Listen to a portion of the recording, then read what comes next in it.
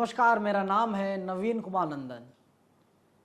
जो घटनाएं उत्तर प्रदेश में घट रही हैं वही घटनाएं तेलंगाना में घट रही हैं, हैदराबाद में घट रही हैं, लेकिन पुलिस का रवैया वही है जो उत्तर प्रदेश पुलिस का रवैया है। ऐसा लगता है तेलंगाना और उत्तर प्रदेश में कोई अंतर नहीं रह गया है। हालांकि यहाँ बीजेपी की सरकार है और तेलंगाना में भारतीय जनता पार्टी की सरकार नहीं है। तेलंगाना के मुख्यमंत्री हैं के चंद्रशेखर राव, लेकिन वहां पर बीजेपी नेताओं की गुंडई चल रही है। जी हां दोस्तों, टी राजा सिंह का नाम आपने सुन लिया होगा। उसकी गिरफ्तारी की जाती है और इसके बाद जब पुलिस कोर्ट लेकर जाती है, पुलिस उसे रिहा कर देती है, उसे छोड़ दिया जाता है। टी राजा सिंह वही आदमी है जो हिंदू और मुसलमान को लड़वाना चाहता है।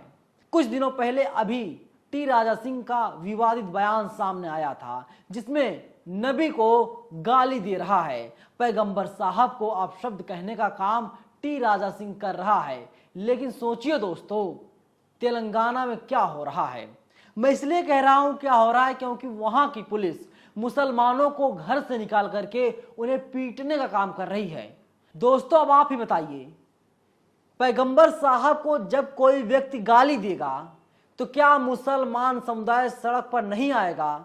और जब मुसलमान समुदाय सड़क पर आएगा तो क्या विरोध प्रदर्शन नहीं होगा? लेकिन वहां की पुलिस को ये चीजें अच्छी नहीं लग रही हैं, वहां की सरकार को ये चीजें अच्छी नहीं लग रही हैं। इसीलिए वहां के मुख्यमंत्री के द्वारा खुलेआम मुसलमानों को पिटवाया जा रहा है, मुसलमानों को जेल में डाला जा रहा है।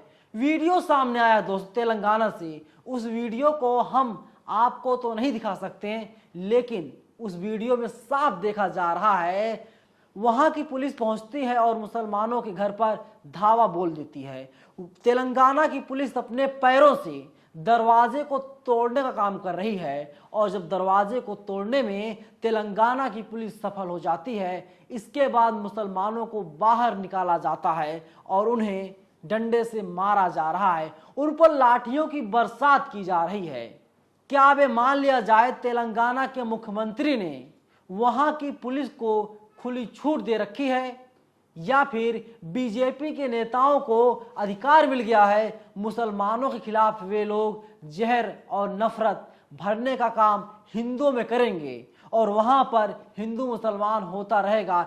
देखिए, तमाम लोग ट्वीट कर रहे हैं। वही साहिल रजवी हैं, उन्होंने लिखा है, हैदराबाद से दर्दनाक वीडियो सामने आ रहे हैं, आखिर कौम के हमदर्द कहां छुपे हैं, वे सामने क्यों नहीं आते। वही मुस्लिम न्यूज ने लिखा है, 50 से ज्यादा मुसलमान आंदोलन कर रहे थे कि टी राजा सिंह को गिरफ्तार किया जाए। पुलिस ने गिरफ्तार करने की सिर्फ खाना पूर्ति की है और मुसलमानों के घर पर तेलंगाना की पुलिस ने धावा बोल दिया है, क्योंकि तेलंगाना की पुलिस कह रही है आप लोग सड़कों पर आंदोलन नहीं कर सकते। अगर आप लोग सड़कों पर आंदोलन करेंगे तो तेलंगाना की पुलिस आप लोगों को गिरफ्तार करके जेल भेज देगी। देखिए दोस्तों, टी राजा सिंह कौन है, इसके ऊपर कितने मामले दर्ज हैं, आपको जानना बेहद जरूरी है। इसलिए जरूरी है क्योंकि टी राजा सिंह जो है एक आपराधिक किस्म का आदमी है। टी राजा सिंह हिंदू और मुसलमान के बीच में जहर बोने का काम कर रहा है। वो जहर किसी और तरीके से नहीं बल्कि अपने शब्दों से जहर बो रहा है। देखिए, टी राजा सिंह और कंट्रोवर्सी का पुराना नाता रहा है। दोस्तों, आप लोगों को जानना ये बेहद जरूरी है टी राजा सिंह कौन है और इसके ऊपर अब तक कितने आपराधिक मामले दर्ज हैं। चलिए हम आपको बताते हैं। टी राजा सिंह के ऊपर अब तक 75 आपराधिक मामले दर्ज हो चुके हैं और 30 मामले ऐसे दर्ज किए गए हैं जिनमें वो हिंदू और मुसलमान को आपस में लड़वाने की कोशिश कर रहा है। और देखिए, वहीं छपी है खबर, 17 मामले दंगा करने और खतरनाक हथियार रखने और एक मामला हत्या की कोशिश से जुड़ा हुआ है। 2018 में टी राजा की ओर से दाखिल चुनावी हलफनामे के मुताबिक उनके खिलाफ 43 आपराधिक मामले हैं। इनमें से 16 मामलों में चार्जशीट फाइल भी हो चुकी है। अब आप सोचिए दोस्तों, वही हैदराबाद पुलिस के assistant commissioner M Narendra Reddy ने गोशा महल के बीजेपी विधायक टी राजा सिंह को 19 दिसंबर साल 2019 को राउडी शीटर कहा था। अब आप सोचिए दोस्तों, ये राउडी शीटर बन चुका है और इसके ऊपर 75 मामले दर्ज हैं। सोचिए दोस्तों, टी राजा सिंह ऐसा आदमी है जो हिंसा भड़काने की कोशिश करता है। वो चाहता है हिंदू और मुसलमान आपस में लड़ें झगड़ें। ना जाने कितने बयान टी राजा सिंह अब तक धार्मिक भावनाओं को आहत करने के लिए दे चुका होगा, लेकिन 30 मामले दर्ज हो चुके हैं जो थाने की दहलीज तक गए और टी राजा सिंह के खिलाफ केस दर्ज किया गया। मैं आपसे पूछ रहा हूं दोस्तों, आप लोग बताइए, टी राजा सिंह को क्या सलाखों के पीछे नहीं होना चाहिए? लेकिन नहीं, वो सलाखों के पीछे जाएगा। इसलिए नहीं जाएगा क्योंकि बीजेपी से वो विधायक है और ऐसा लग रहा है बीजेपी की सरकार भले ही तेलंगाना में ना हो, लेकिन वहां की सरकार टी राजा सिंह को खुलेआम ये ऐलान कर रही है, आप जाइए धार्मिक भावनाओं को आहत कीजिए। लेकिन टी राजा सिंह की गिरफ्तारी हुई थी महज कुछ घंटों के लिए और इसके बाद उसने कहा 41A का पालन वहां की पुलिस ने नहीं किया। 41A का मतलब दोस्तों होता है कि किसी भी व्यक्ति को गिरफ्तार करने से पहले पुलिस वारंट जारी करती है। पुलिस उन्हें बताती है हम आपको गिरफ्तार करेंगे, नहीं तो आप सरेंडर कर दीजिए। अगर आप सरेंडर नहीं करते तो आपकी गिरफ्तारी तय है। दोस्तों, 41A का हवाला देते हुए वहां की कोर्ट ने टी राजा सिंह को बरी कर दिया, छोड़ दिया। सोचिए, ऐसे ऐसे लोगों के ऊपर इतने मामले दर्ज हैं, लेकिन ना तो वहां की पुलिस गिरफ्तार करने की हिम्मत करती है और कोर्ट भी उन्हें गिरफ्तार नहीं करवा रही है।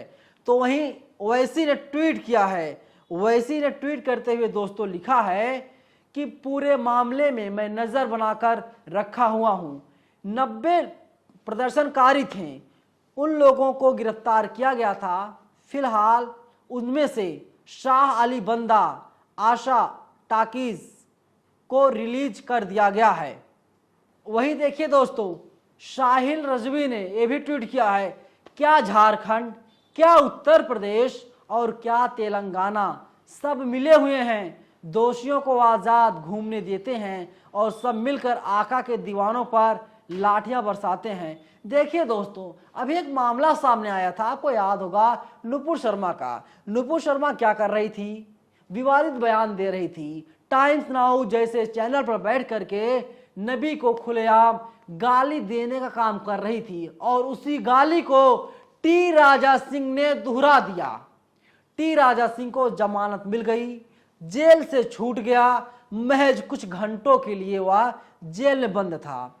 बीजेपी की सत्ता ना होते हुए भी वहां पर उसकी खुलेआम गुंडाई चल रही है। नुपुर शर्मा का दोस्तों क्या हुआ था? नुपुर शर्मा ने बयान दिया था, दिल्ली पुलिस की हिम्मत नहीं हुई कि नुपुर शर्मा को गिरफ्तार किया जाए, क्योंकि नुपुर शर्मा बीजेपी की राष्ट्रीय प्रवक्ता थी। बीजेपी के ऊपर जब दबाव बना, भारत सरकार के ऊपर विदेशों से दबाव बना, इसके बाद नुपुर शर्मा को बीजेपी से 6 साल के लिए निकाल दिया गया। हालांकि नुपुर शर्मा अभी भी अनाधिकारिक तौर पर बीजेपी की लीडर है, बीजेपी की स्पोक पर्सन है। आप टीवी पर नहीं देख पाएंगे, लेकिन बीजेपी के फेवर में वो सारे ट्वीट्स करती हैं। बीजेपी के पक्ष में वो कसीदे गढ़ने का काम इन दिनों कर रही हैं। वहीं नवीन कुमार को भी बीजेपी से निकाल दिया गया था, वे भी दिल्ली में बीजेपी के प्रवक्ता थे। तो कुल मिला जुला करके दोस्तों सच्चाई यही है, जो व्यक्ति सच बोलेगा उसे जेल के अंदर डाला जाएगा, जो व्यक्ति सच बोलेगा उसे कोर्ट के चक्कर लगाने पड़ेंगे। मैं ऐसा इसलिए कह रहा हूं क्योंकि अभी आपने देखा था मोहम्मद जुबैर को गिरफ्तार किया गया। पहले दिल्ली पुलिस गिरफ्तार करती है, इसके बाद उत्तर प्रदेश में तमाम मामले दर्ज किए जाते हैं, लेकिन टी राजा सिंह जो आरोपी है, जो विवादित बयान दे रहा है, टी राजा सिंह के ऊपर खाना पूर्ति करने के लिए वहां की सरकार कार्रवाई करने का काम कर रही है, लेकिन टी राजा सिंह को कहीं ना कहीं सरकार के द्वारा शह मिल रहा है। इसीलिए टी राजा सिंह कुछ घंटों के लिए गिरफ्तार होता है और उसे फिर छोड़ दिया जाता है। लेकिन वहां की पुलिस का जो रवैया सामने आया है वो बेहद चिंताजनक है, बेहद दर्दनाक है।